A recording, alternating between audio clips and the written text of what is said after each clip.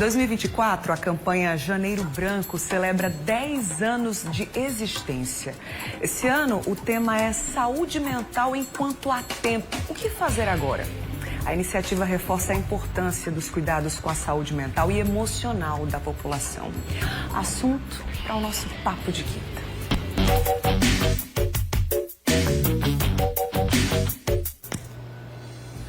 Aqui no estúdio eu recebo o psicólogo Ranieri Brito. Bom dia, Ranieri. Feliz ano novo, né? Seja bem-vindo. Feliz ano novo a todos os telespectadores aqui do Mulher Demais. Coisa boa te receber. E para o nosso bate-papo ficar completo, né? Claro que eu conto com a sua participação. Quero saber se você tem dado prioridade, de verdade, à sua saúde mental. Se é uma prioridade mesmo para você. Se você tem sintomas de ansiedade, estresse, depressão. Compartilha com a gente, ou até quem sabe, né? Se você percebe esses sintomas em outras pessoas aí por perto, tá? Manda aí sua mensagem pra gente, o zap do MD tá na tela, é o 991050400. Aproveita, tá? Que a gente tem um especialista aqui para tirar suas dúvidas. 991050400. E é sempre bom, né, Ranieri? Na verdade, é uma das missões do Papo de Quinta a gente falar sobre comportamento, saúde mental, mas começar o ano já falando sobre esse assunto, parece que é um start mesmo, né? Pra gente voltar os olhares para essa temática, né? Verdade, que bom, né? Janeiro Branco, ele tá muito para como se fosse um caderno, uma folha em branco que a gente pudesse desenhar e riscar da forma como a gente bem entender. E é justamente um dos motos dessa campanha, né, que já está consolidada há alguns anos, né, que ele traz consigo esse apelo, né, para você começar o ano já com esse olhar mais introspectivo, já buscar também essa questão do autocuidado, sobretudo do autocuidado mental também. A gente fala tanto aqui, né? Saúde mental é importante, você prioriza. Queria que você falasse sobre o conceito, né, Ranieri? O que é a saúde mental? Saúde mental nada mais é do que a habilidade, né, e o controle das nossas de poder controlar as nossas emoções para lidarmos com as adversidades, os estresses, as ansiedades do dia a dia, né? Ter esse equilíbrio de modo que você consiga fluir de forma harmoniosa, não só consigo, mas também causando ou transpor essa questão dessa tranquilidade em convívio social também, né? Uma pessoa que tem uma saúde mental, ela consegue, na verdade, também irradiar isso para as outras pessoas que convivem com ela, né? Então, esse é mais ou menos o conceito que a gente tem. O contrário disso, uma pessoa que tem algum tipo de perturbação psíquica, ela vai ter alguma dificuldade em desenvolver essas habilidades, né? E conseguir fluir no que tange essas poucas dificuldades que tem no dia a dia, ela vai ter uma certa dificuldade. O contrário disso, a pessoa consegue fluir mais natural, né? E conseguir desenvolver suas habilidades emocionais nesse sentido. Quero falar sobre dados agora, né? Para se ter uma ideia, de acordo com a Organização Mundial da Saúde, a OMS, o Brasil é considerado o país mais ansioso do mundo.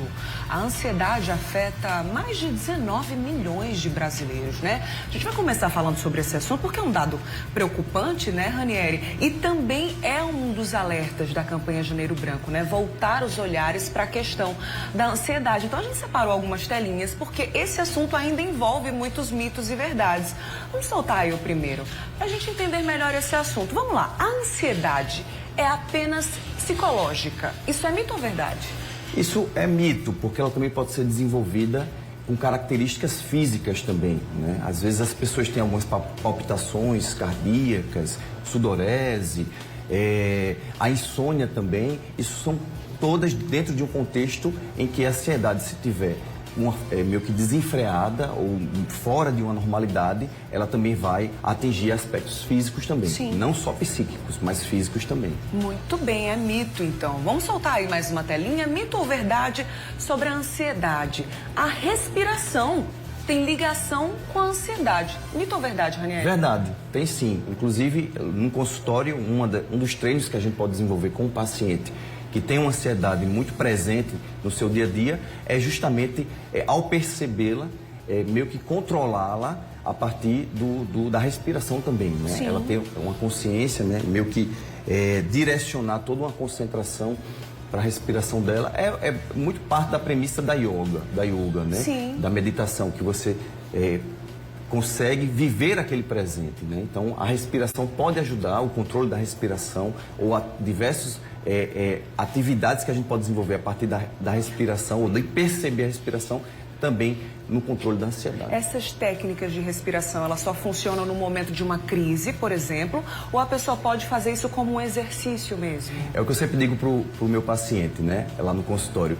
O processo terapêutico, ele apenas inicia durante a sessão e ele se desenvolve no decorrer da semana até o próximo encontro. Então, o ideal é que o paciente ele desenvolva essa autoconsciência da ansiedade e faça esse tipo de treinamento durante o dia a dia. É muito tranquilo você poder fazer isso, por exemplo, ao dirigir, ou se estiver no ônibus, por exemplo, se estiver num ambiente público e perceber algum tipo de fobia causada por essa ansiedade, você parar, né, começar a controlar a sua respiração, e existem diversas técnicas que você pode fazer isso, de modo a meio que dissipar um pouco essa ansiedade e você fluir com a atividade que estava desenvolvendo. Muito bem. Por falar em ansiedade, a pergunta da Val, que chegou aqui no nosso WhatsApp, obrigada pela sua participação, é bem interessante.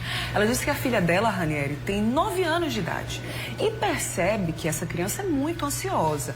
E aí a Val pergunta se isso pode afetar na questão dos estudos ou até mesmo no cotidiano, mesmo uma criança tão pequena, né? 9 anos de idade, e é cada vez mais comum também, infelizmente, né, é cada vez mais comum do que se imagina. E pode sim, com certeza, afetar não só na sua vida acadêmica, de estudos, mas na vida como um todo, né? Nas suas relações, nas atividades que possa desenvolver no decorrer de sua vida, né? Porque a ansiedade, uma vez, quando não controlada, ela vai ganhando outras repercussões na vida da pessoa. Então, o ideal é sempre ter essa consciência de que ela existe, saber quais são os gatilhos que desenvolvem a ansiedade e que grau ela tem. Porque pode ser uma ansiedade normal, e ter ansiedade é normal, ou pode também ser algo tão complexo ou tão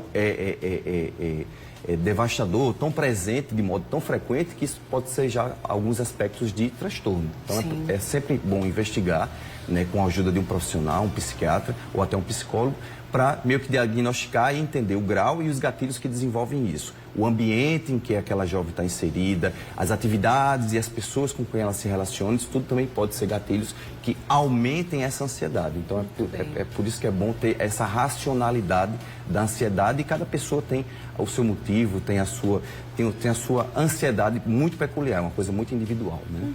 Mais um relato de telespectadora que ela não se identificou, falando sobre a ansiedade. Ela disse que tem se sentido cada vez mais ansiosa e estressada também. Sintomas como aceleramento do coração, nervosismo fora do normal, entre outros. E ela disse, Ranieri, que percebe que depois da Covid, isso piorou muito. Ela quer saber se pode ter alguma relação e se tem tratamento para aliviar esses sintomas, principalmente durante o período menstrual, por exemplo. Realmente, de fato, depois da Covid, muitas pessoas se atentaram mais para os aspectos da saúde mental, né? Então, talvez ela já tinha sentido isso antes da pandemia, e ela passou a entender e perceber de forma mais frequente pós-pandemia, porque foram onde as pessoas meio que se atentaram para buscar alguma ajuda do ponto de vista da saúde mental. Começou a se falar mais sobre isso também, né, Ranieri? Teve um lado bom, né? Que o pessoal começou a falar mais, a mídia por si só começou a disseminar mais, e as pessoas buscarem também, até de forma mais autônoma, essa ajuda quando percebem alguma disfunção nesse sentido. E a terapia ajuda bastante, né? Ela vai conseguir entender nesse processo terapêutico essa questão de quais são os gatilhos, quais são as motivações, em que grau essa ansiedade pode estar, e, com certeza, desenvolver estratégias para diminuir, dissipar essa ansiedade presente no dia a dia dela. Existem várias formas de controle da ansiedade. É preciso, para isso, entender qual é o grau e como ela está, a frequência com que ela está presente no seu dia a dia, na sua vida, para que, a partir disso, desenvolva toda uma estratégia de tratamento, seja terapêutico ou seja também medicamentosa. Certíssimo. Mais uma dúvida aqui, também envolvendo ansiedade. Uma pessoa que não se identificou disse que tem ansiedade há muitos anos e nunca procurou ajuda. Essa pessoa tem 46 anos de idade, desenvolveu arritmia e quer saber se essa arritmia pode ter alguma coisa a ver com a ansiedade. Você vê bem, né, Ranieri? Também é muito frequente esse tipo de relato, né? A pessoa sabe que tem ansiedade e já sabe que tem há algum tempo, mas nunca buscou ajuda. É algo muito frequente, né? Também, né? E depois, quando se descobre que existem maneiras de diminuir o impacto causado por essa ansiedade, às vezes bate até um arrependimento, né? Porque, de fato, é o que acontece. É uma jovem de 9 que já tem sintomas de ansiedade. É um adulto de 40 que não procurou ainda uma ajuda. Então, veja o quão esse intervalo de tempo né, causa várias dificuldades no decorrer da sua vida, né, e que você pode tranquilamente, a partir de um entendimento claro acerca dessa ansiedade, desenvolver estratégias para ter uma melhor qualidade de vida, né?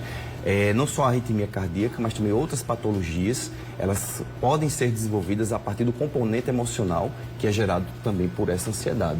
Então, os médicos eles já começam a desenvolver alguns meios de tratamento de diversas especialidades, já pelo viés emocional, porque eles já percebem que às vezes aqueles sintomas são originados pelo componente emocional, né, e depois começa a desenvolver o componente biológico. Muito bem, a gente vai continuar falando sobre esse assunto.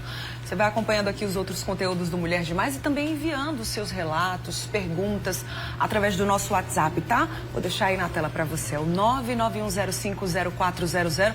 E pelo que eu tô percebendo, Ranieri, eu acho que renderia aqui o mês inteiro, né? Literalmente o janeiro branco, porque muita gente se identifica, muita gente percebe sintomas.